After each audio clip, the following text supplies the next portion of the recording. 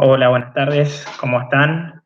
Bueno, vamos a dar inicio al segundo webinar en vivo de la Corte 4 de la capacitación en kinesiología crítica en el paciente COVID-19.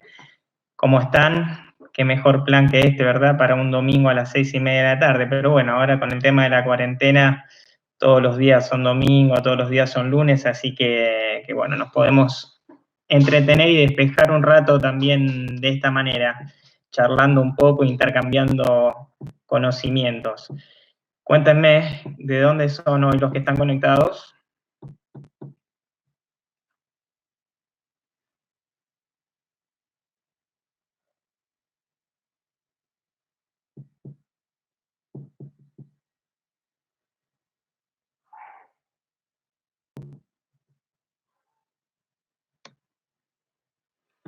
Bien, hola Dayana de Salta.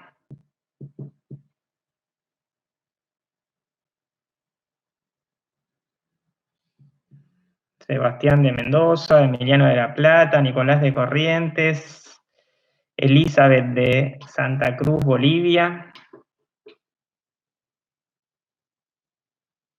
Liliana de Santa Cruz, Florencia de Mendoza, provincia de Buenos Aires, Emiliano, Claribel de Buenos Aires, Bernabé de Gualeguaychú, María José de Salta. Bueno, muy bien, nuevamente bastante distribuido a lo largo y a lo ancho del país. Acá Pau de Córdoba, también tenemos colegas de los países vecinos, así que bueno, bienvenidos a todos. Nuevamente, muchas gracias por participar. Estamos ya en la última unidad de esta capacitación, así que antes que nada los quería felicitar por llegar hasta lo último, por todo el esfuerzo que estuvieron dedicando a esta capacitación, y desde nuestra parte, los docentes y la universidad, esperamos que realmente les haya sido de utilidad y bueno, que le puedan sacar provecho, ya sea para esta emergencia o en adelante en su carrera. Esta capacitación ayude a construir un poco de conocimiento específico en esta área. También tenemos acá a Bernardo de Ecuador, así que bueno, bienvenidos a todos y nuevamente felicitaciones y agradecerle por su colaboración y por ponerse a disposición en esta emergencia que estamos atravesando. En cuanto al webinar de hoy, vamos a abordar primero alguna duda específica que se les haya generado luego de la lectura de la unidad 10, que no hicimos las respuestas a esa unidad ya que teníamos el vivo hoy. Y luego de eso vamos a hacer un poco de respuestas a dudas que le hayan quedado a lo largo de toda la capacitación. Así que comencemos, si les parece, con la unidad 10. ¿Que les quedó alguna duda respecto a lo que es la bioseguridad y los elementos de protección personal? Bueno, acá todos ya también van agradeciendo y saludando por la capacitación, así que bueno, muchas gracias a todos. Bueno, arranquemos con las preguntas.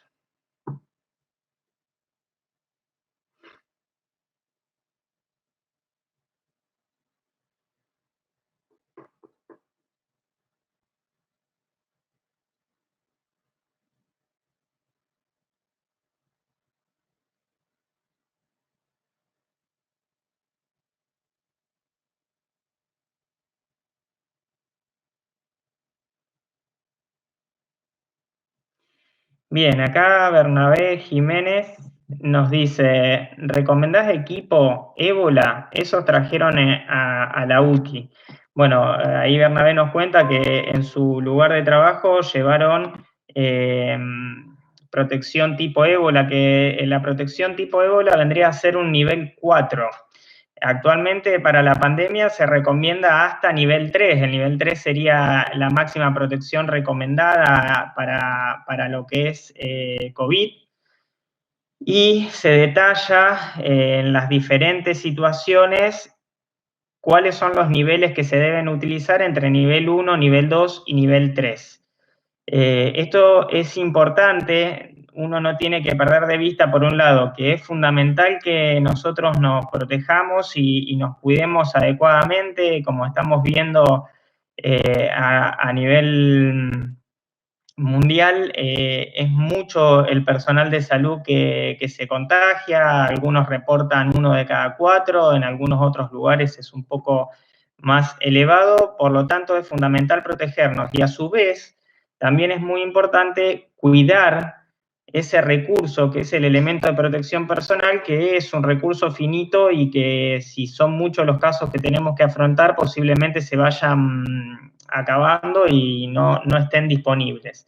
Por ende, tenemos que respetar los 3 niveles de protección, que son recomendaciones hechas a través del CDC, que es el Centro de Prevención y Tratamiento de Enfermedades, junto con la Organización Mundial de la Salud y otras asociaciones que recomiendan que, bueno, dentro de lo que es, por ejemplo, Argentina, está la Sociedad de Infectología y la SATI, que es la Sociedad de Terapia Intensiva, que recomiendan nivel 1, 2 y 3 para protegerse en lo que es COVID. ¿Sí? Tenemos que tener presente que la protección que nosotros tenemos que tener es protección de contacto, protección de gota y en las maniobras que se produce aerosol, también protección respiratoria, que eso vendría a ser nivel 1, 2 y 3. Si uno no va a tener un contacto cercano con el paciente, ni va a estar expuesto a fluidos ni a maniobras de aerosolización, tenemos que utilizar el nivel 1, que son gafas, barbijo quirúrgico, bata de contacto y guantes. En el caso de que uno vaya a estar en contacto con el paciente y tenga riesgos de contactos con fluidos, tenemos que ascender a un nivel 2, donde acá nos vamos a tener que poner una bata hemorrepelente y si vamos a hacer maniobras de aerosolización como ser intubación, aspiración de secreciones, toma de muestra, cambios en la interfaz paciente-respirador, tenemos que subir a un nivel 3, donde ahora tenemos que utilizar un barbijo N95 y encima para protegerlo, la recomendación también es colocar un barbijo quirúrgico para proteger más el N95 y ponernos la máscara facial, el helmet o la careta facial. Y en cuanto a lo que nos decía Bernabé, por supuesto que los trajes de ébola es un nivel incluso más elevado, es un nivel 4 de protección, lo cual van a estar obviamente protegidos y cumpliendo con la protección que se pide, incluso más. Así que, bueno, eso es un poco en función de los elementos de protección personal que tenemos que utilizar.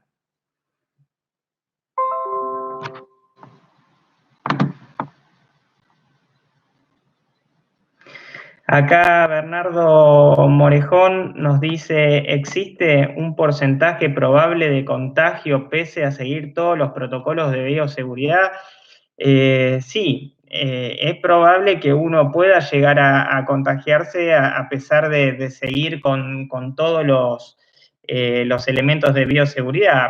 Si uno cumple con los elementos de bioseguridad en cada procedimiento, no va a estar directamente vinculado a ese momento, es decir, si yo estoy en una maniobra de aerosolización y tengo un nivel de protección 3, eso me protege, por lo cual yo no debería contagiarme ahí. El tema es que uno al estar expuesto, al tener que sacarse los elementos de protección personal, al estar en contacto con un montón de superficies y demás, puede en última instancia terminar cometiendo algún error o alguna situación que escape de la posibilidad de control dentro de todo lo que es la emergencia en la que se vive en este tipo de situaciones tan críticas, que uno termine contagiándose. Después, si uno se protege adecuadamente, en ese momento puntual no habría mayores riesgos. Liliana Leiva pregunta, ¿al colocarse el barbijo N95 en bolsa de papel se debe colocar alguna solución, alcohol? No, Liliana, no es recomendado mojar ni hacer nada sobre el barbijo N95, simplemente guardarlo en la bolsa de papel y dejarlo ahí.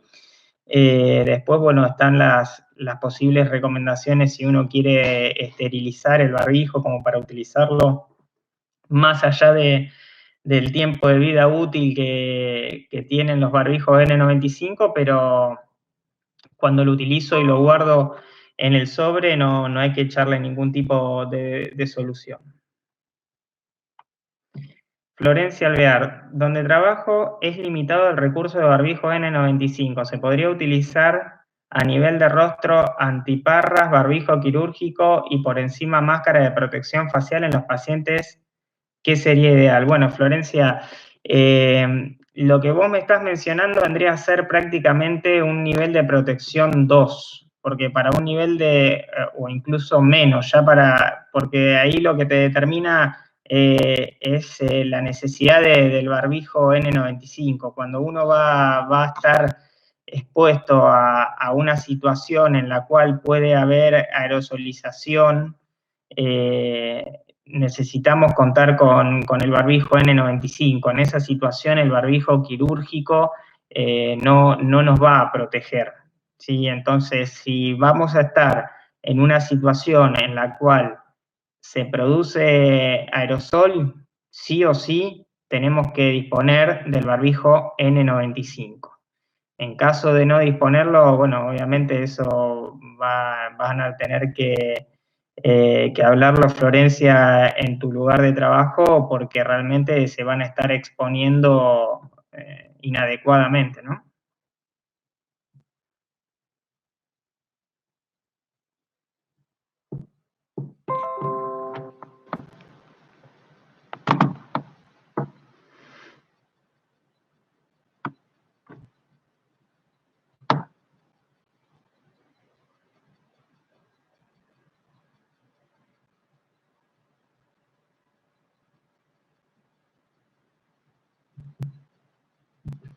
Acá Vale nos dice, hay videos donde colocan el barbijo N95 en un tupper con tapa, quedando el elástico por fuera.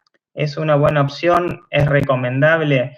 Mira, Vale, las recomendaciones que nosotros tenemos en función de lo que es SATI, la Sociedad de Infectología y demás, es guardarlos en una bolsa de papel, en un sobre de papel, porque permite respirar. Por lo cual creo que hay que seguir esa recomendación. Después, lo del tupper, la verdad que no me consta, no lo he visto en ninguna recomendación, así que desde nuestro lugar lo que aconsejamos es seguir con esa recomendación, que es ponerlo en un sobre papel madera, el cual puede respirar. Florencia nos pregunta, ¿en los pies qué protecciones recomendás? La verdad que el cubrebotas no está formalmente recomendado, así que no forma parte dentro de los protocolos de protección personal. Después, si lo tienen disponibles y bueno, se puede utilizar, pero digamos, no entra dentro de los protocolos de elementos de protección personal. Sí, algo que hacemos por lo menos nosotros en el sanatorio es disponer el calzado, utilizamos únicamente ese calzado en la terapia y no vamos para otros sectores con el calzado que utilizamos dentro del área COVID, pero no está recomendado el uso de cubrebocas.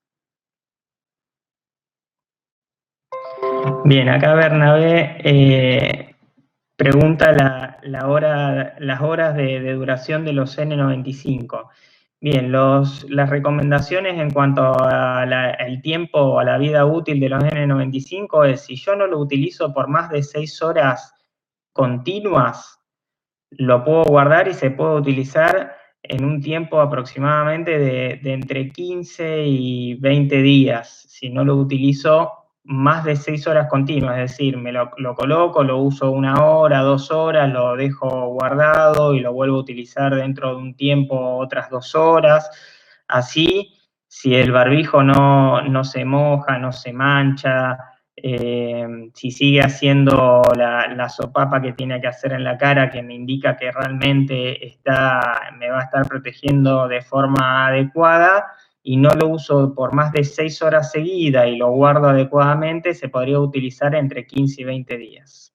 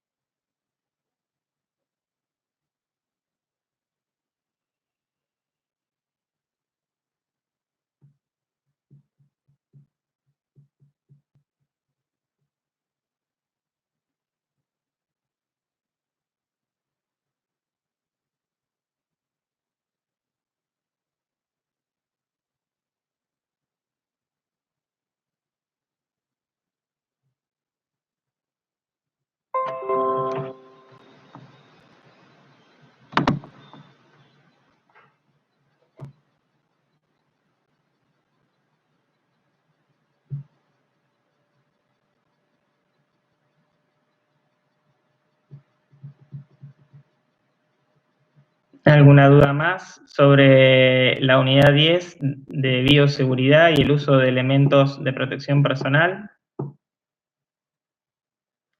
Bien, acá Bernardo me pregunta cuál es la vida útil del N95 en horas seguidas. 6, Bernardo, son 6 horas. Si lo uso durante 6 horas seguidas, esa máscara N95 la tengo que descartar.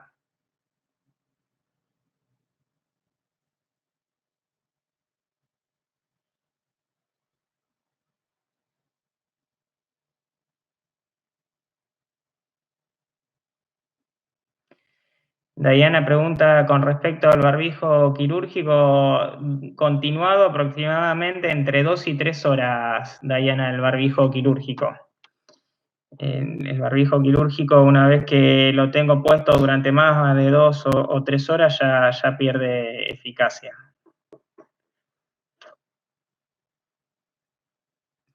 Bueno, Elizabeth nos pregunta si el uso de doble guantes es recomendable, porque en mi institución nos han reglamentado solo uno.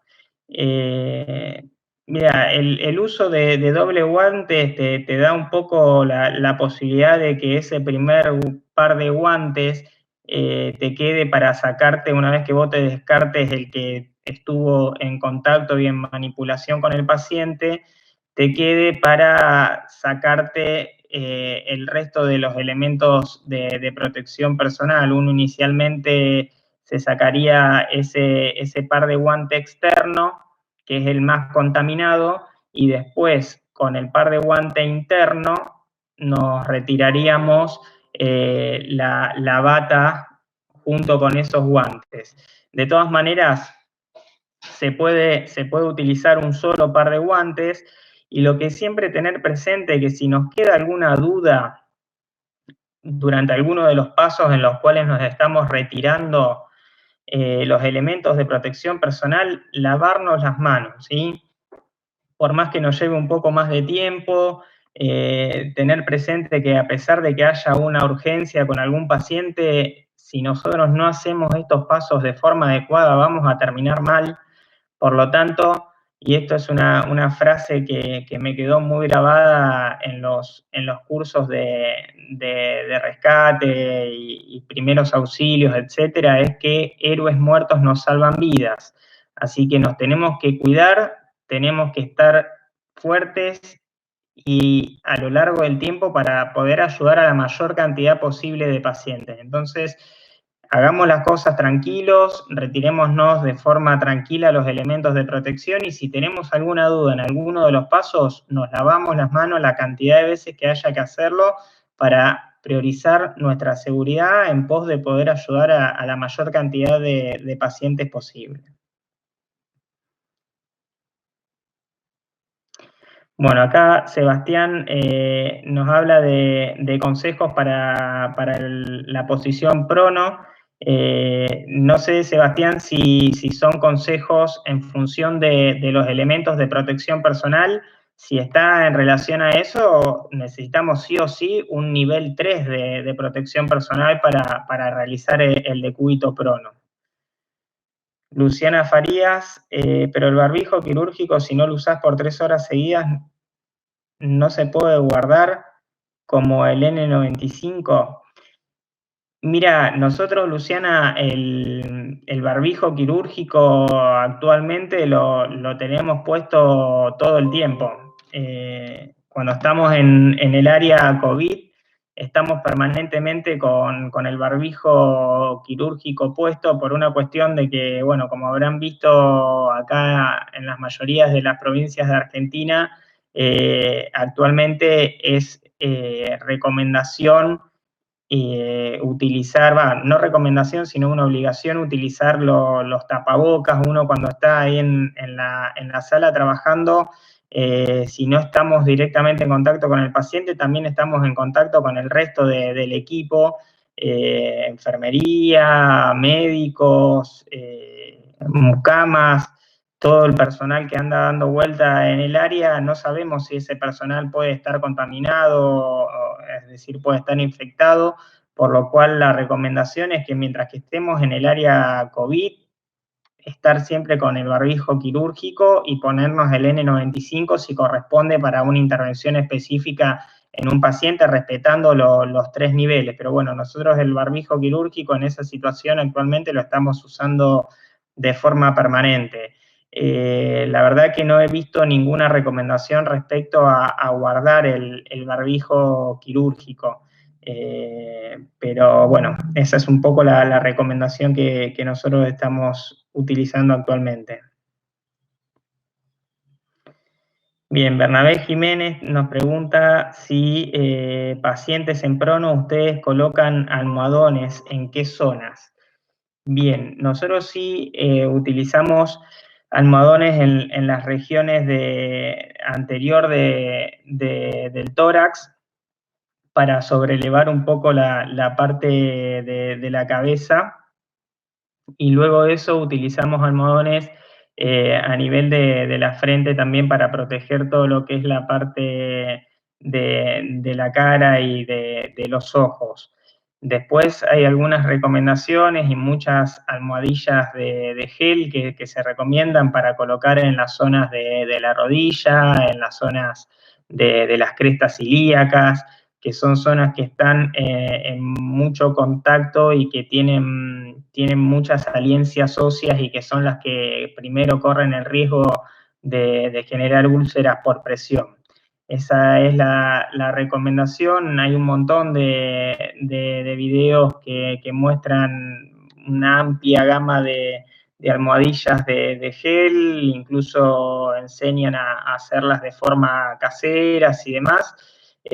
Cuanto más protección utilicemos sobre el paciente, por supuesto que mejor va a ser en términos de proteger al paciente en úlceras por decúbito. Después, obviamente, hay que contemplar la cantidad de pacientes en prono que uno pueda llegar a tener y ver qué materiales se disponen para poder optimizar y proteger al menos las áreas que más se lesionan.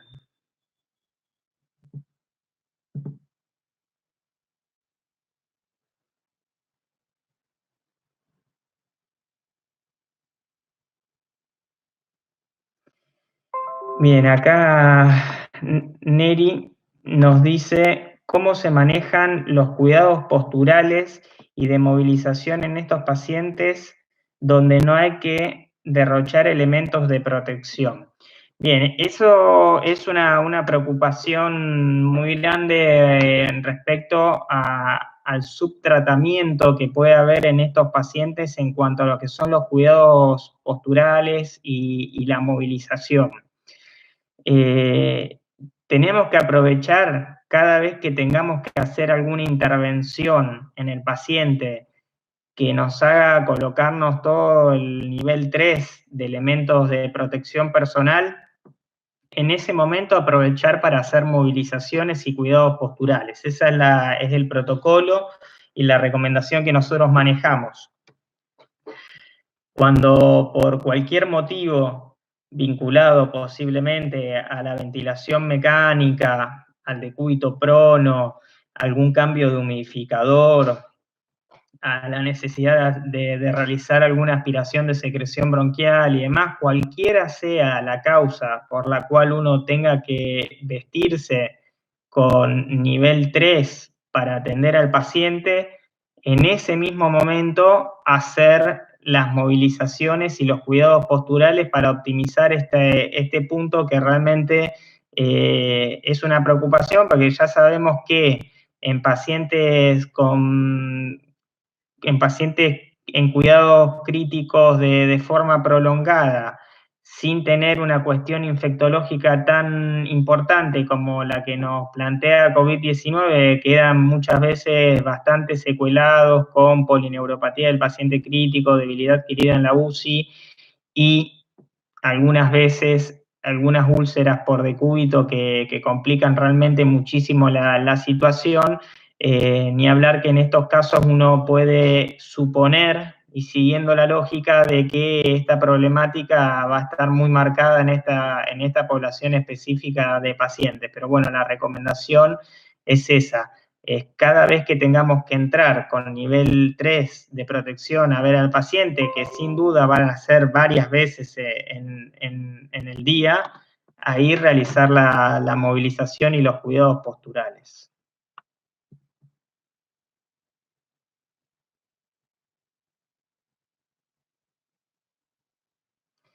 Bien, acá Luciana Farías me dice, si logro cambios significativos en prono antes de las 16 horas, ¿lo vuelvo a supinar o sigo esperando las 16 horas? No, la recomendación es al menos 16 horas, Luciana.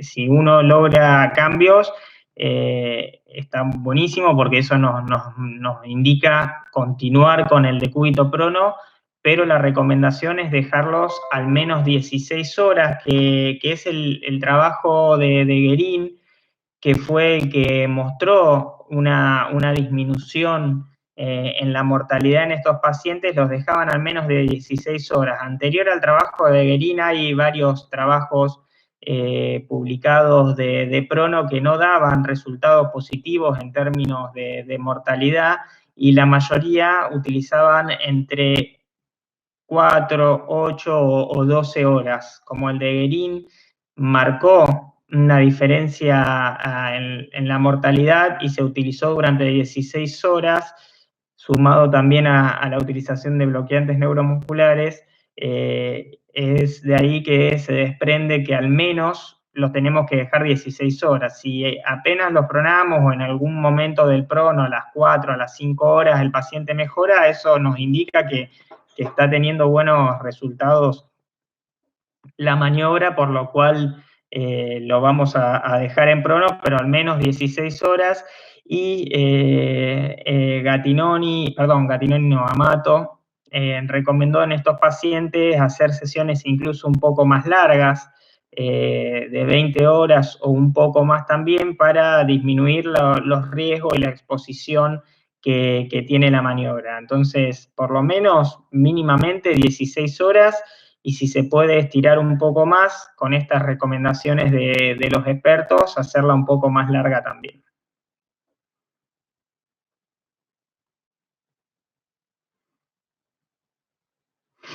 Bien, acá Magalí Hidalgo nos dice, la posición de prono solo se utiliza si el valor de PAFI no supera los 150, o hay alguna variable que requiera el prono también.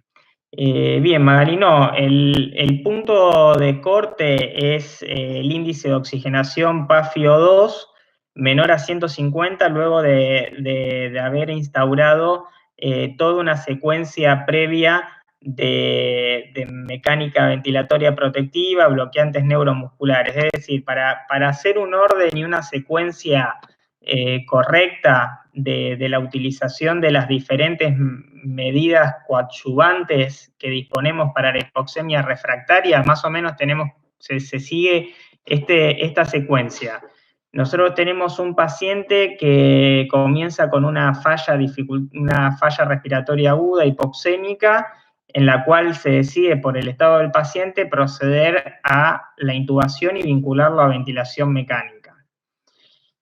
En este momento el paciente va a presentar posiblemente una deuda de oxígeno importante, puede presentar colapso pulmonar asociado a toda la maniobra de intubación y el bolseo previo, etcétera, por lo cual lo que vamos a hacer es instaurar una estrategia de ventilación mecánica protectiva, titulando 6 mililitros kilogramo peso y titulando la PIP según la tabla FiO2 PIP, junto con la FiO2, y vamos a tratar de ir en ese momento controlando la presión plató, el delta P que eso genera, la compliance que tiene el paciente.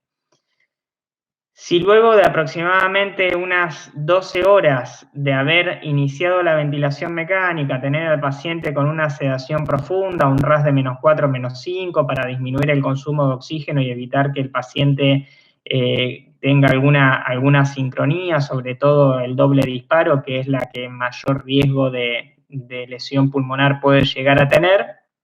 Si a pesar de esas 12 horas de tener el paciente sedado, instaurado la estrategia mecánica protectiva y titular PIP-FiO2, evalúo qué plató tiene el paciente, qué delta P, qué compliance y cuál es la PAFI. Si la PAFI en esos momentos está por debajo de 150 milímetros de mercurio, la primera medida coadyuvante que podemos tomar en esa hipoxemia refractaria es la utilización de bloqueantes neuromusculares, que como vimos el trabajo de Papazian mostró también que en un subgrupo específico de pacientes, utilizando bloqueantes neuromusculares en infusión continua por no más de 48 horas, había un impacto también en reducir la mortalidad. Entonces, ya pasado 12 horas de que lo intubamos y que instauramos la estrategia ventilatoria protectiva, utilizamos bloqueantes neuromusculares y ahí vemos nuevamente de retitular la PIP y la FiO2. Si pasan aproximadamente otras 12 horas, es decir, que ya llevamos 24 horas con el paciente ventilado, que tenemos una estrategia ventilatoria protectiva con un paciente con sedación profunda y bloqueantes neuromusculares, y aún así el paciente persiste con una PAFI menor a 150, lo cual me denota una hipoxemia refractaria, y a su vez observo que la compliance del sistema respiratorio está reducida, ahí nos queda por delante realizar el decúbito prono, que si nos vamos a los fenotipos descritos por Gattinoni, ya estaríamos posiblemente en presencia de un fenotipo H, lo que es un distrés respiratorio propiamente dicho, con compliance reducida, con gran pérdida de volumen pulmonar, con colapsos a nivel dorsovasales, que es la característica en la cual mejor responden los pacientes al decúbito prono.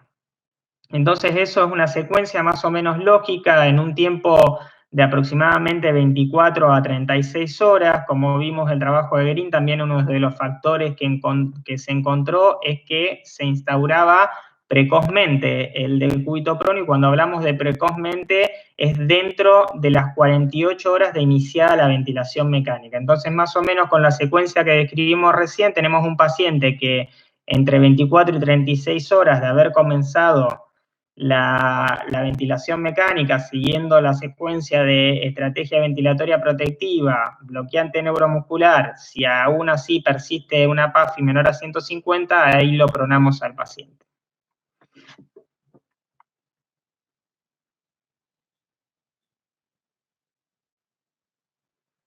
Bueno, acá Lucía Giacomazzi nos dice si se puede utilizar solo la máscara facial para uso público, sin barbijo. Sí, las recomendaciones en realidad a nivel social es el tapaboca, que el tapaboca lo que busca es proteger al resto, no a uno mismo. Obviamente que si yo paso por alguna zona donde se ha generado algún tipo de aerosol del virus y estoy con un tapaboca, no me va a servir de nada, pero sí voy a proteger al resto cada vez que hable o que pueda llegar a estornudar, a toser, de que esa gota no le llegue a la mucosa de otra persona.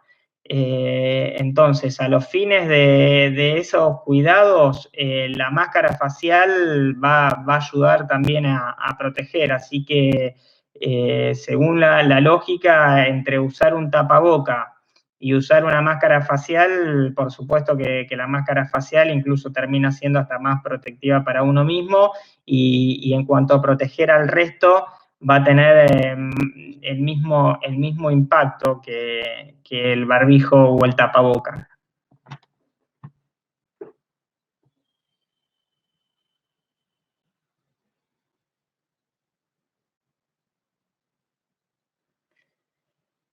Bueno, Magalí, espero que lo del decúbito prono te haya quedado claro. No hay otra recomendación más que ser una maniobra coadyuvante ante la hipoxemia refractaria que no responde a esa secuencia que hablamos recién.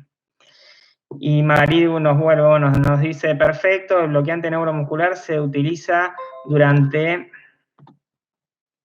todo lo que dure la ventilación mecánica. Entonces, la recomendación, Magalí, es que los bloqueantes neuromusculares no se utilicen por más de 48 horas en infusión continua. ¿Por qué?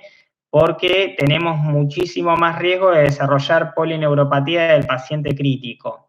Entonces, los bloqueantes neuromusculares en infusión continua solo durante 48 horas. Después lo que se puede hacer es, en el caso de que si identificamos que durante el decúbito prono el paciente no está cómodo con la posición a pesar de tener una sedación profunda y una adecuada analgesia y vemos que puede llegar a interactuar, ahí se puede hacer una infusión de bloqueantes neuromusculares para ese periodo puntual, pero de forma continua evitar el uso de bloqueantes neuromusculares. Y si bien último salió el año pasado, salió un trabajo donde parecería que la utilización de bloqueantes neuromusculares no tiene realmente un impacto en reducir la mortalidad de estos pacientes, sino que incluso puede ser deleterio, pero bueno, de todas maneras la recomendación sigue siendo esa.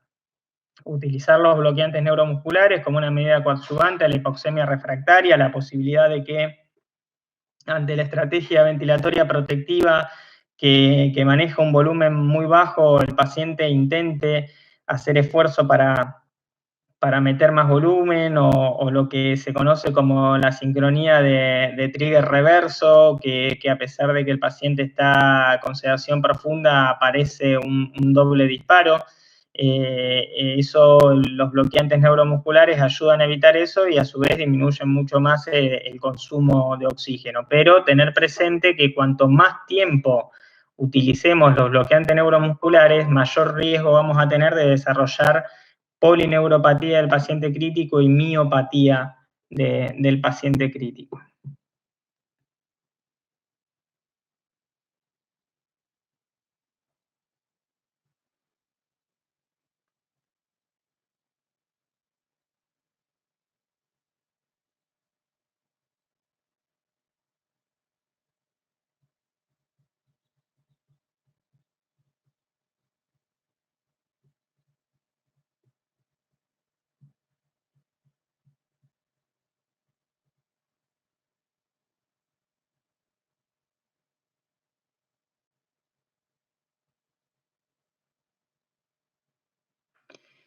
Bien, acá Bernabé nos dice, entonces, si la compliance es estable, PIP baja hasta 10, y si la compliance es baja, aumentar PIP. Sí, en el caso de los pacientes que tengamos ventilados y que su compliance del sistema respiratorio sea normal, cuando hablamos de normal es mayor a 40 mililitros centímetros de agua, es decir, entre 40 y 60 mililitros centímetros de agua, esos pacientes en líneas generales no se van a beneficiar de niveles de PIP altos porque no tienen potencial de reclutamiento, es decir, la pérdida de volumen pulmonar, la pérdida de capacidad residual funcional es baja, por lo cual utilizar niveles de PIB altos van a generar sobredistensión pulmonar y compromiso hemodinámico, ningún efecto positivo. Entonces, lo que describe Gattinoni es que en esa población de pacientes los niveles de PIB que se utilizan son de aproximadamente 10 centímetros de agua, y a su vez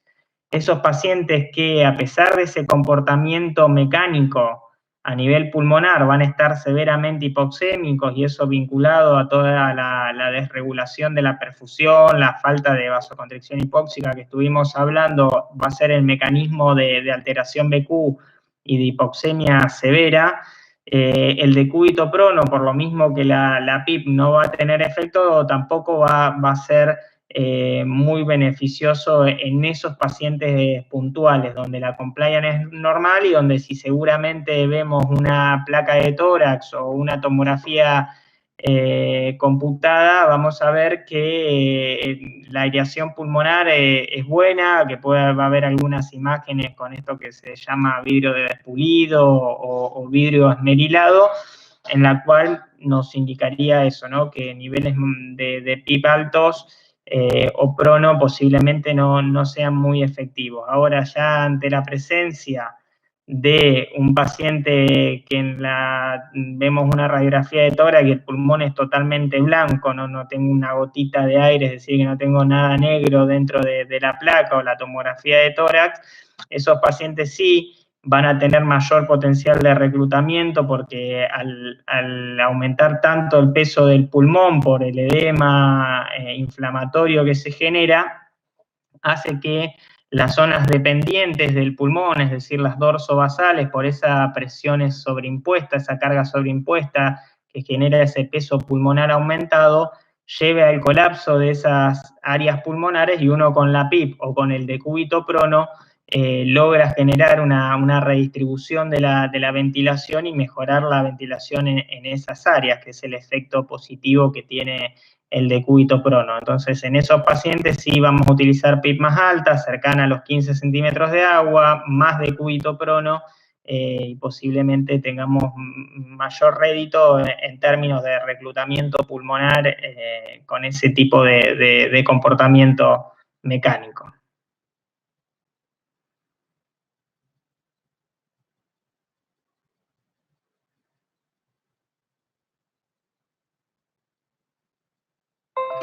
Bueno, acá Liliana nos dice si las máscaras faciales tienen alguna característica especial, que nos consulta porque en su localidad están haciendo máscaras faciales con impresoras 3D, ¿son útiles? Sí. Lo importante de la máscara facial es que nos cubra todo el frente de la cara y un poco hacia los laterales, sobre todo pensando en los ojos. Mientras que te cubra en la mayor medida de lo posible la posibilidad de que ante algún fluido que salga te pueda impactar en alguna de las mucosas, ya sea nariz, boca o ocular. Si cubre todo eso, ya con eso alcanza.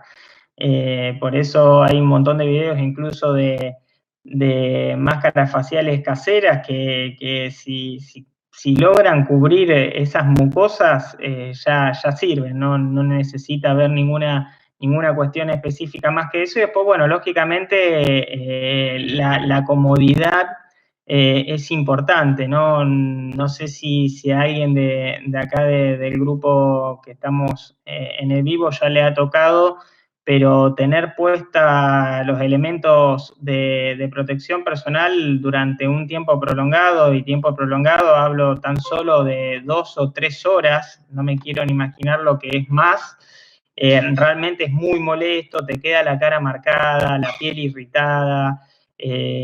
Así que como característica tal vez importante es la comodidad en lo que es la sujeción, aparte de que cumpla con proteger las mucosas de la cara, la sujeción de la máscara tiene que ser cómoda, porque realmente usarlas en el tiempo termina siendo un factor determinante, que sea cómoda, que tenga una protección adecuada para que no nos marque y no nos lastime las zonas de apoyo de la máscara.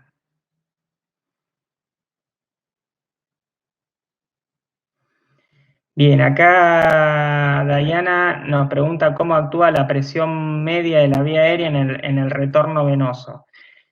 Nosotros sabemos que uno de los factores principales para un retorno venoso efectivo es la diferencia de presión que hay entre el tórax y el abdomen. Nosotros tenemos en una respiración fisiológica que nuestro tórax tiene presión negativa y en el abdomen tenemos presión positiva. Entonces, cuando inspiramos y se genera presión negativa, eso genera un aumento del retorno venoso. Cuando nosotros tenemos un paciente con edema agudo de pulmón de origen cardiogénico, por ejemplo, una de las formas de tratamiento que tenemos para utilizar es colocar presión positiva en el tórax, para que de esta manera esa presión positiva en el tórax y presión positiva en el abdomen, como es fisiológico, haya una disminución del retorno venoso. La presión media me determina la cantidad de presión que hay en el tórax entre lo que es la fase inspiratoria y la fase expiratoria. Cuando estamos en ventilación mecánica, durante la fase inspiratoria la presión positiva es mayor que durante la fase expiratoria. En relación a esas dos presiones se va a determinar lo que es la presión media de la vía aérea. Si yo tengo una elevada presión inspiratoria y una muy baja presión expiratoria, voy a hacer que esa diferencia de gradientes de presión durante la inspiración haya una disminución efectiva del retorno venoso, pero durante la expiración no.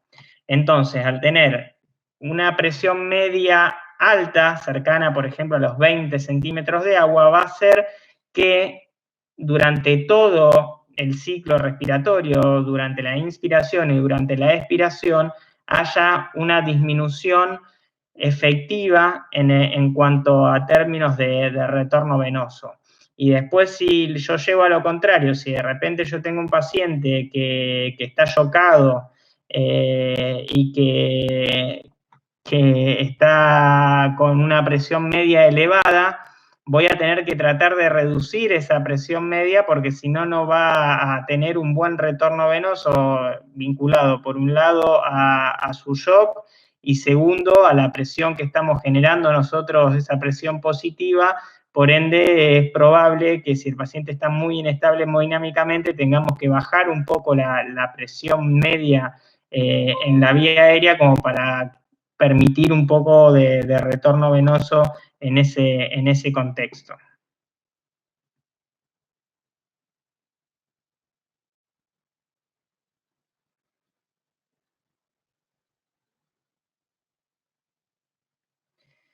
Acá Magalí nos dice, cuando falla la maniobra de destete, ¿por qué se recomienda utilizar ventilación por presión y no por volumen? A ver, Magalí, si entiendo.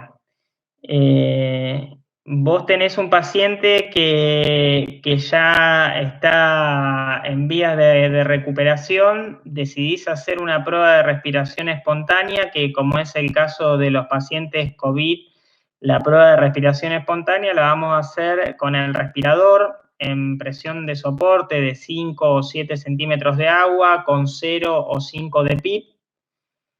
Y si en ese momento el paciente falla esa prueba, porque durante el periodo que lo evaluemos, según corresponda, como hablamos en la unidad anterior, de 30 minutos o de 120 minutos, dependiendo los factores de riesgo que tenga el paciente, si era EPOC, si era obeso, si era ICC o si llevaba más de 7 días de ventilación mecánica, si luego de esa prueba identificamos que el paciente no está para sacarle el soporte ventilatorio porque manejó un volumen muy bajo, una frecuencia respiratoria muy alta, mala mecánica, se puso taquicárdico, hipertenso, sudoroso, cualquiera de las causas que nosotros identificamos como fallo de la prueba de respiración espontánea, a ese paciente tenemos que hacer dos cosas, o aumentarle la presión de soporte y para que siga en un modo espontáneo, o pasarlo a presión control, donde voy a tomar un poco más de control del ciclo respiratorio para dejarlo al paciente lo más confortable posible, descansando y recuperándose para posteriormente identificar cuál fue la causa de fracaso, tratar de revertirla para luego poder repetir nuevamente una prueba de respiración espontánea. ¿Y por qué en los modos presumétricos y no en modo volumétrico? Porque los modos presumétricos me liberan el flujo. Al liberarme el flujo, le va a entregar al paciente el flujo que el paciente demande. Acuérdense que cuando nosotros tenemos un paciente en presión control o en presión de soporte, el volumen y por ende el flujo que se van a generar van a depender de la presión que nosotros setiemos, de la impedancia del sistema respiratorio y del esfuerzo que haga el paciente. Si yo a un paciente lo tengo en volumen control, el respirador le va a entregar el volumen y el flujo que nosotros seteamos y nada más que eso. Si el paciente necesita más porque está despierto y está interactuando con el respirador y tiene su demanda, el respirador en volumen control solamente le va a entregar lo que nosotros le dijimos que le entregue en términos de flujo y de volumen. Lo único que va a poder modificar el paciente en volumen control es la frecuencia respiratoria. Entonces ahí el paciente rápidamente se nos va a poner asincrónicos y va a empezar a competir con el respirador con todos los efectos deleterios que tiene eso. Por eso cuando nosotros tenemos un paciente que está despierto y está participando, interactuando con el respirador, habitualmente los modos presumétricos son los que mejor se adaptan por este hecho de que liberan el flujo a la demanda específica del paciente, y sí, en este punto lo que vamos a tener que tener cuidado es que el paciente no maneje volúmenes tidal elevados, ¿sí? Porque al liberarle el flujo, de repente nosotros tenemos un paciente con 7 de presión de soporte y manejando un volumen que para ese paciente es de 10-12 mililitros kilogramo peso, lo cual termina siendo injuriante. Entonces, en presión control o en presión de soporte tenemos la ventaja de liberar el flujo y que el paciente se adapte mejor, pero la contra de que puede estar moviendo volúmenes muy altos o volúmenes muy bajos, hipoventilando y demás. De todas formas, hay algún paciente que pueda llegar a adaptarse en volumen también, pero es mucho más difícil y menos probable que un paciente se despierto y colaborativo, con fuerza muscular y un drive respiratorio aceptable, se adapte a volumen control a que se nos adapte a presión control o presión de soporte.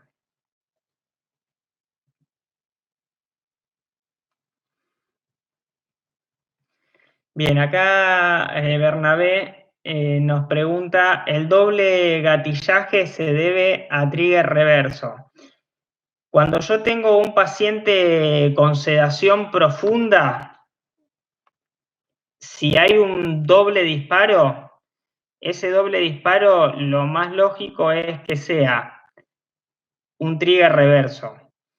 En caso de que el paciente no esté con una sedación profunda, ahí sí puede haber una sincronía de tiempo, es decir, si el tiempo neural del paciente es mayor que el tiempo mecánico que nosotros le seteamos y el paciente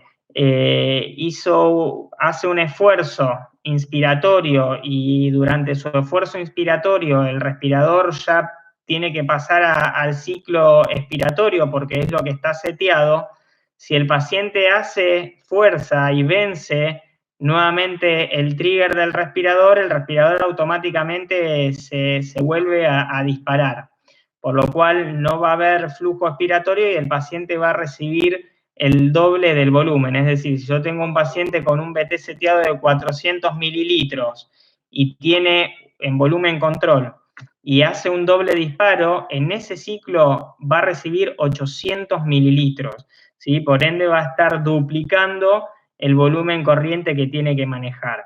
Después, otra de las causas de doble disparo puede estar vinculado a un autotrigger por presencia, por ejemplo, de condensación en la tubuladura. Entonces, los triggers, los doble disparos van a depender y se clasifican en función de si el primer ciclo fue iniciado por el paciente o fue iniciado por el respirador, y en función de eso se clasifican los dobles disparos. Pero cuando yo tengo un paciente con una sedación profunda, un RAS de -4, -5, si ahí me aparece un doble disparo, lo más probable es que sea un trigger reverso.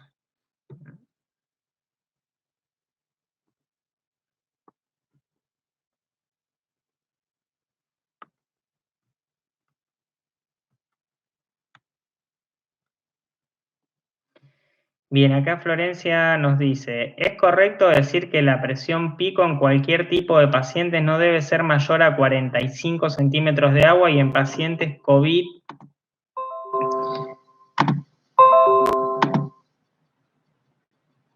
y en pacientes COVID no mayor a 30 centímetros de agua, y el valor de la presión de trabajo en pacientes no COVID? Bien, en líneas generales, la presión pico de la vía aérea se pone con la alarma de presión máxima a 40 centímetros de agua. Eso es una cuestión que ya viene prácticamente por default en los respiradores. Cada vez que inicio el respirador, que la alarma de presión pico viene preseteada en 40 centímetros de agua. De todas maneras, lo correcto en cuanto a lo que es el seteo de la alarma de presión máxima es identificar inicialmente con qué presión arranca el paciente una vez que yo lo tengo adaptado a la estrategia ventilatoria. Si yo una vez que estoy ventilando al paciente tiene una presión pico de 22 centímetros de agua, para que llegue a 40, prácticamente estamos hablando de que se tendría que duplicar la presión en el sistema, por lo cual puede ser que nos estemos comiendo mucho antes una situación que podemos resolver antes de que se duplique la presión en el sistema. Entonces, en ese punto siempre se recomienda setear la alarma de presión máxima 10 centímetros de agua por encima del valor de presión pico en la situación estable del paciente. Entonces, en este caso, nuestra alarma de presión pico, en este paciente que pusimos como ejemplo, donde la presión inicial y en el estado estable era de 22 centímetros de agua, ponerla en 32 centímetros de agua. No obstante eso, estos límites de presión no son solamente en los pacientes COVID, sino que son en todos los pacientes. En todos los pacientes nosotros tenemos que evitar que la presión pico sea mayor a 40 centímetros de agua, evitar que la presión plató sea mayor a 30 centímetros de agua y evitar que la presión de conducción o el delta P, driving pressure, sea mayor a 15 centímetros de agua. Eso lo tenemos que evitar en todo paciente que esté en ventilación mecánica.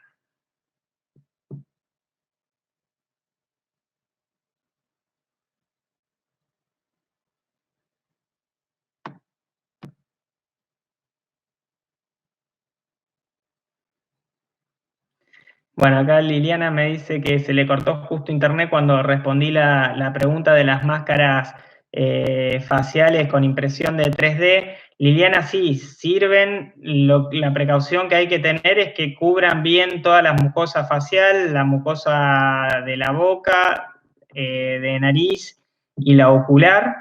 Y una recomendación que di es que otro factor importante es que sea cómoda a nivel de la sujeción de la máscara, porque hay que pensar que lo vamos a tener puesto durante mucho tiempo. Entonces, como principal característica, que proteja adecuadamente los ojos, la nariz y la boca. Es decir, que cubra un poco también acá a nivel lateral, no solamente que sea una pantalla recta enfrente de la cara, sino que también cubra a nivel lateral. Eso para la protección de la mucosa. Y después tener presente que la sujeción de la máscara sea cómoda porque recordar que la vamos a usar a lo largo del tiempo.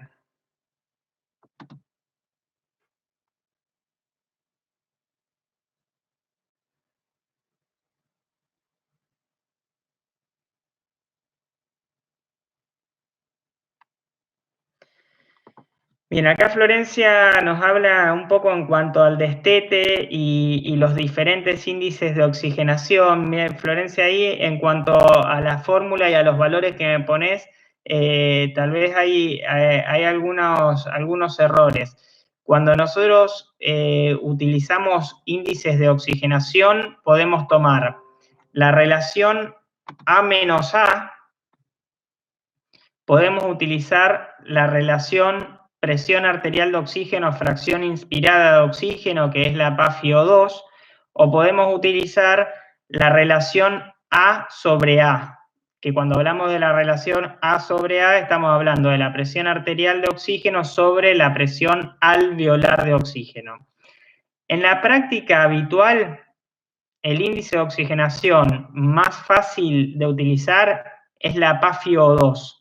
¿Por qué es fácil? Es porque es una cuenta que son valores que los tenemos permanentemente, que es la presión arterial de oxígeno, haciéndole un estado CO-base al paciente, lo tenemos, y la FiO2 la tenemos ahí permanentemente en el respirador, y hacemos simplemente la división y podemos utilizar cualquier rango de FiO2, desde 0,21 a 100%.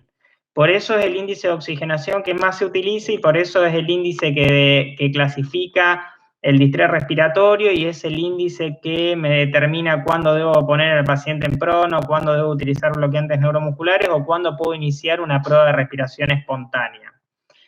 Después los otros índices son un poco más difíciles de utilizar. Por ejemplo, la A menos A, yo primero tengo que hacer la ecuación del gas alveolar para obtener la presión alveolar de oxígeno.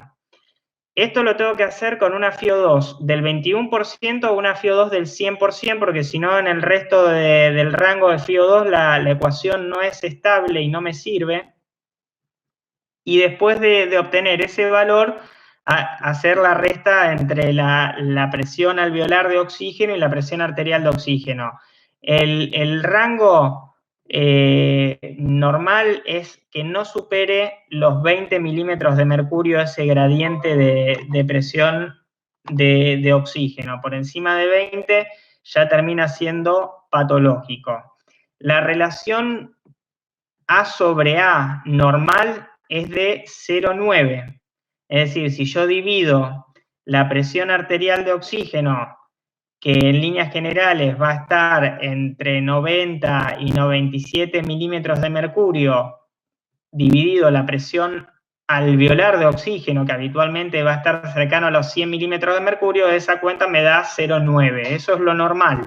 A medida de que va bajando esa relación, me dice que el índice de oxigenación está alterado. Por ejemplo, una relación A sobre A de 0,6 me habla de una alteración del intercambio gaseoso. Y después tenemos que, como algo positivo de la A menos A, es que me permite hacer una identificación del posible mecanismo de alteración gaseoso que está teniendo ese paciente en función de si la A menos A está alterada o no está alterada y si el paciente responde o no responde a la oxigenoterapia. Entonces, de esa manera nos va a ir orientando a decir, bueno, el paciente está hipoxémico e hipercápnico, pero la A menos A está dentro del rango normal. Ah, bueno, entonces es probable que el mecanismo de alteración del intercambio gaseoso sea una hipoventilación. Después me dice, bueno, la A menos A está alterada, es mayor a 20, el paciente está hipoxémico, también con algo de hipercapnia y responde a la oxigenoterapia. Bueno, entonces probablemente la alteración del intercambio gaseoso sea una alteración BQ baja, es decir, una admisión venosa. Y si tengo una A menos A alterada, el paciente está normocápnico, está hipoxémico y no responde a oxígeno suplementario, bueno, ahí nos va a estar indicando que el trastorno del intercambio gaseoso es un shunt. Entonces eso es lo que nos permite hacer la A menos A, pero tener presente que es más complicado para hacer en la práctica habitual y que necesitamos que el paciente esté con 21% de oxígeno o con 100%.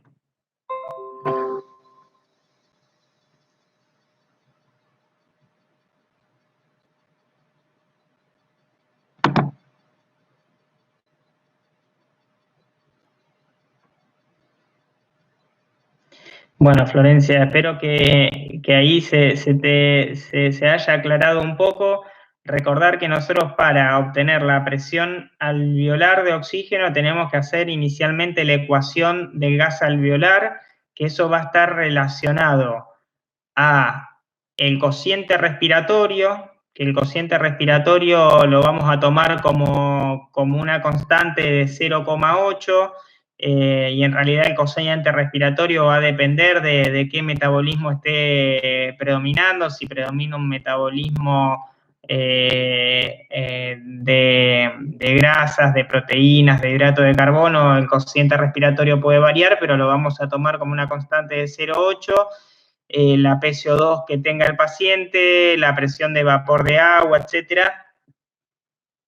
Con eso vamos a hacer el cálculo de la presión alveolar de oxígeno y luego de eso le vamos a restar la presión arterial de oxígeno que tengamos del paciente. Y la A sobre A es la presión arterial de oxígeno sobre la presión alveolar de oxígeno.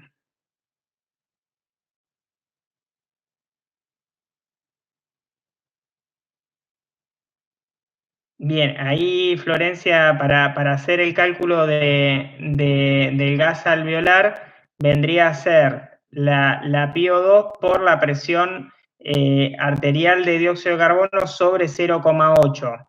Y cuando yo desgloso la PO2, dentro de la PO2 vamos a tener la presión parcial de oxígeno a nivel del mar, es decir, a los 760 milímetros de mercurio, que esos son 150 milímetros de mercurio, menos la presión de vapor de agua, que es de 47 milímetros de mercurio, multiplicado por la división entre la PCO2 del paciente sobre 0,8, eso en condiciones normales me da 100, que es la presión alveolar de oxígeno normal. Listo, Florencia, perfecto, muy bien.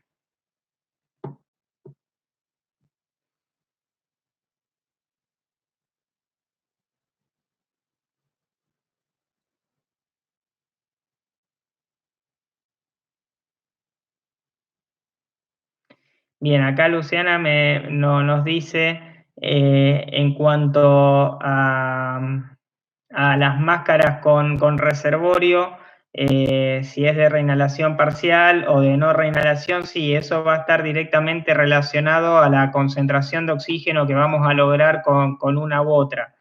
¿Sí? La que me permite una reinhalación parcial va a haber mayor mezcla con gas ambiente, por ende la CO2 de entrega va a ser un poco menor. En cambio, la de no reinhalación va a hacer que sea más concentrada la CO2 que entregue.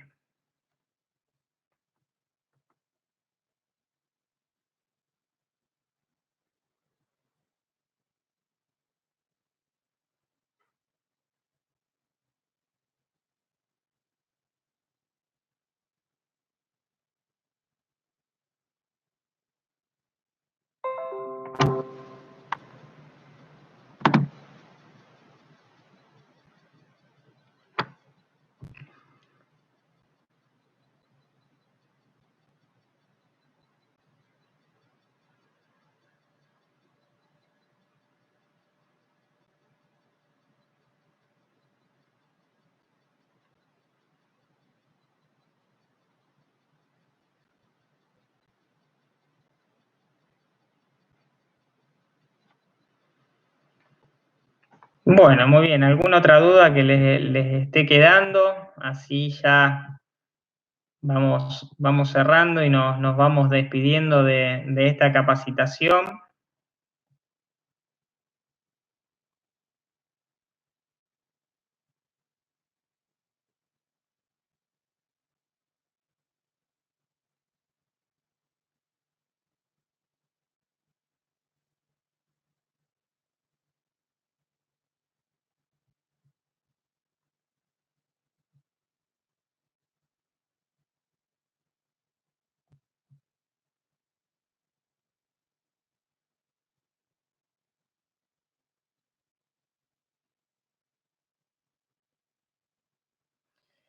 Bien, acá Florencia nos dice que si post-extubación el paciente necesita oxigenoterapia, al ser COVID se utiliza la máscara con reservorio, pero cualquier otro paciente.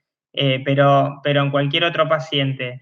No, en cualquier otro paciente, si no es un paciente COVID, habitualmente lo que se hace es se lo extuba a una máscara de Venturi con el piquito rosa que habitualmente nos permite entregar 50% y ahí rápidamente vamos descendiendo en función de objetivo de oxigenación. En realidad muchas veces realizamos la prueba de respiración espontánea con aporte de oxígeno y tal vez el paciente no lo necesita. Entonces, lo que uno tiene que tener en cuenta en función de lo que es oxigenación son los objetivos de oxigenación que tenemos en base a la saturación de oxígeno. Si al paciente hay que entregarle lo que realmente necesite, ni más ni menos. Entonces, cuando extubamos a un paciente, si no es un paciente con alto riesgo de fallo post-extubación, de falla post-extubación, como puede ser la población de pacientes EPOC, la población de pacientes con insuficiencia cardíaca, con más de 7 días de ventilación mecánica o con un índice de masa corporal mayor a 35, las recomendaciones en esa población específica es extubarlos preventivamente a no invasiva. A través de los trabajos de Stefano Nava y de Ferrer, se vio que en esas poblaciones específicas, que son las que mayor riesgo de falla de extubación tienen, utilizar no invasiva de forma preventiva. Si estamos fuera de esa población de pacientes, le vamos a entregar oxígeno siempre y cuando lo necesite, y eso lo vamos a manejar con objetivos de saturación. Puede ser una máscara de Venturi o puede ser una máscara, una bigotera nasal de bajo flujo. En líneas generales, las máscaras de oxígeno simples con reservorio no se utilizan más que en la emergencia, cuando no tengo un dispositivo de ser alto flujo BNI o en un traslado en un paciente que está hipoxémico, es en ese momento que se utilizan esas máscaras porque me permite entregar una concentración alta de oxígeno, mayor a la máscara de cambio con sistema Venturi, que lo máximo que me permite entregar es 50% de FiO2, o si yo cierro el sistema Venturi con una cinta macropore o micropore, ahí voy a estar entregando mayor concentración, pero no alcanza los niveles de las máscaras con reservorio.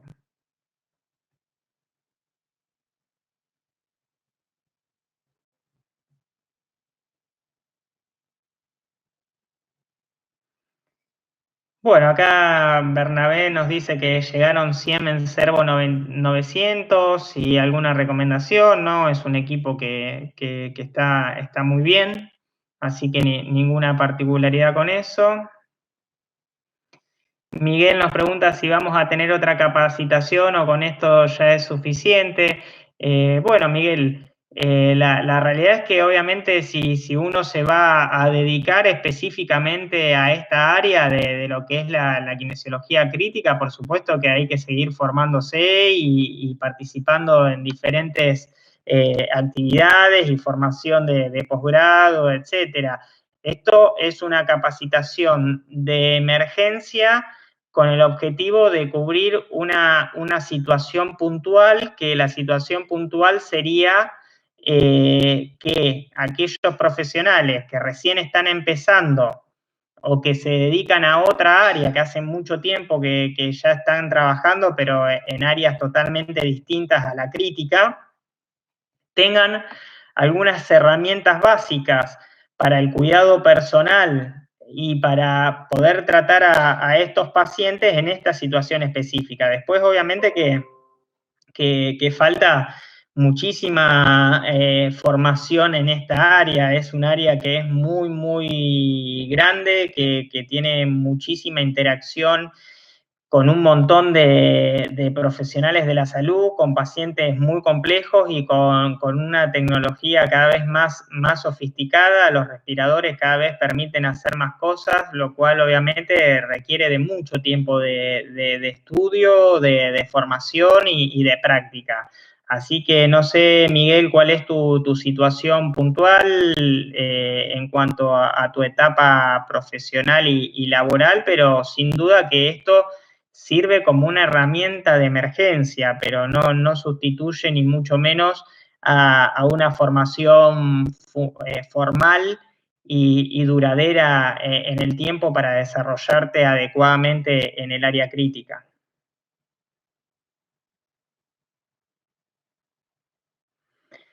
Neri nos pregunta cómo pueden simular situaciones, si hay alguna plataforma, app, si existe.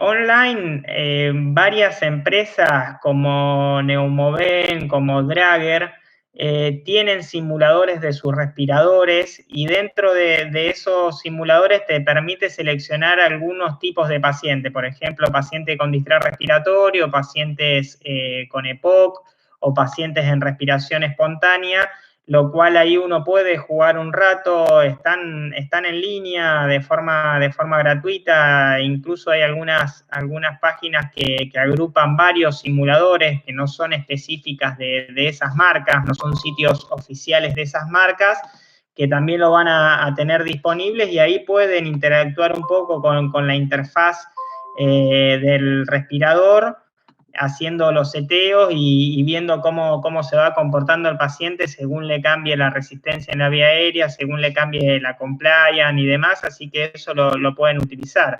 Después hay algunas sociedades o instituciones que disponen de simuladores pulmonares tipo muñeco o equipos propiamente dichos que se utilizan para simular los pulmones. Pero bueno, eso obviamente es más avanzado y requiere de poder concurrir a algunas de estas asociaciones o instituciones. Bien, acá Jimena nos dice, hola, llegué tarde, consulta, la en la bibliografía dice que es de 30 minutos, pero el cuestionario, la correcta, era de 120, ¿por qué?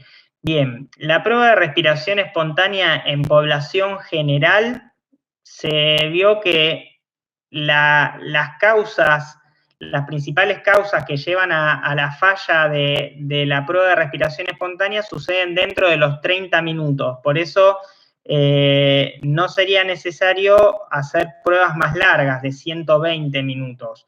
Eso en la población general. Ahora hay poblaciones de riesgo donde las fallas pueden aparecer después de los 30 minutos, como ser los pacientes EPOC, ICC, índice de masa corporal mayor a 35 o más de 7 días de ventilación mecánica. Entonces, en esas 4 poblaciones específicas, la recomendación es hacer la prueba de respiración espontánea en 120 minutos. Llevado a los pacientes COVID, en su mayoría van a ser pacientes que o tengan algunas de estas condiciones preexistentes que acabamos de mencionar, o más de 7 días de ventilación mecánica.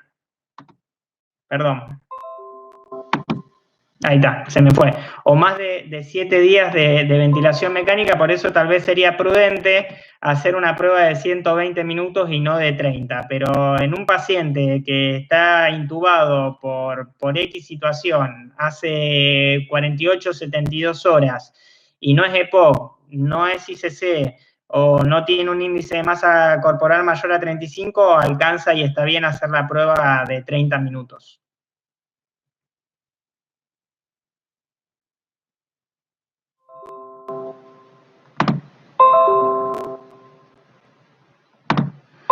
Bien, acá Miguel nos cuenta que él hace postura y osteopatía, que hace 2007 que no entra a una UCI. Bueno, Miguel, obviamente que esta capacitación te va a dar herramientas si es necesario que vos acompañes en la UCI en esta situación particular y por supuesto que si podés seguir sumando conocimientos e información desde ahora hasta el momento que te toque intervenir, por supuesto que te va a ayudar y va a ser mejor, así que Miguel, seguí adelante nomás. Liliana dice, se va a repetir esta capacitación ya que tengo colegas que no pudieron hacerla. Probablemente sí, Liliana, probablemente la capacitación se vuelva a repetir porque hay gente que quedó en lista de espera, así que una vez que se defina la fecha, brevemente va a estar llegando la información, lo mismo que si se genera algún cambio importante en cuanto a las recomendaciones con el correr de los días, se la vamos a estar haciendo llegar a todos a través de los mails, así que no se hagan problema. Pau Cabral, para los que se quieren dedicar al área de RESPI, ¿hay algún posgrado? Sí, Pau, hay posgrados, incluso en esta misma universidad, en UGR, está la especialidad y posiblemente ya también esté disponible en breve la maestría que pueda hacerse a distancia, así que estate atenta a esa información que va a salir, que puede salir en cualquier momento, pero sí, acá en la Universidad de Gran Rosario hay especialización de posgrado en cuidados críticos.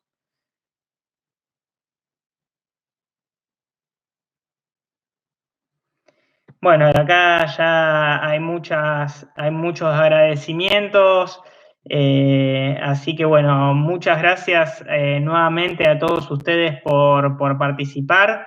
A nosotros fue un placer poder contribuir en esta situación, aportando herramientas a ustedes, que son nuestros colegas que habitualmente se desempeñan en otras áreas y que bueno, que puede ser necesario que den una mano a los pacientes en cuidado crítico y que esto sea también no solo en pos del beneficio a los pacientes, sino para que ustedes también puedan cuidarse si les toca ayudar.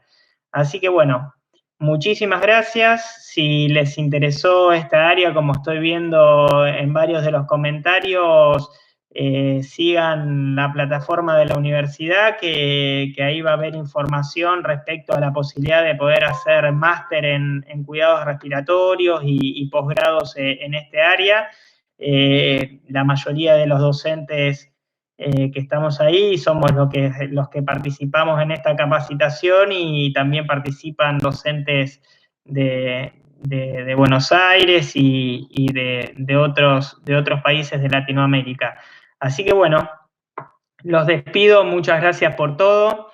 Esperemos que no sea necesario que tengan que ayudar, porque eso va a denotar que la situación se complicó más de lo que uno espera, y con la tranquilidad de que si les toca, al menos hicieron esta capacitación que les va a dar herramientas para cuidarse ustedes y para ayudar a los pacientes.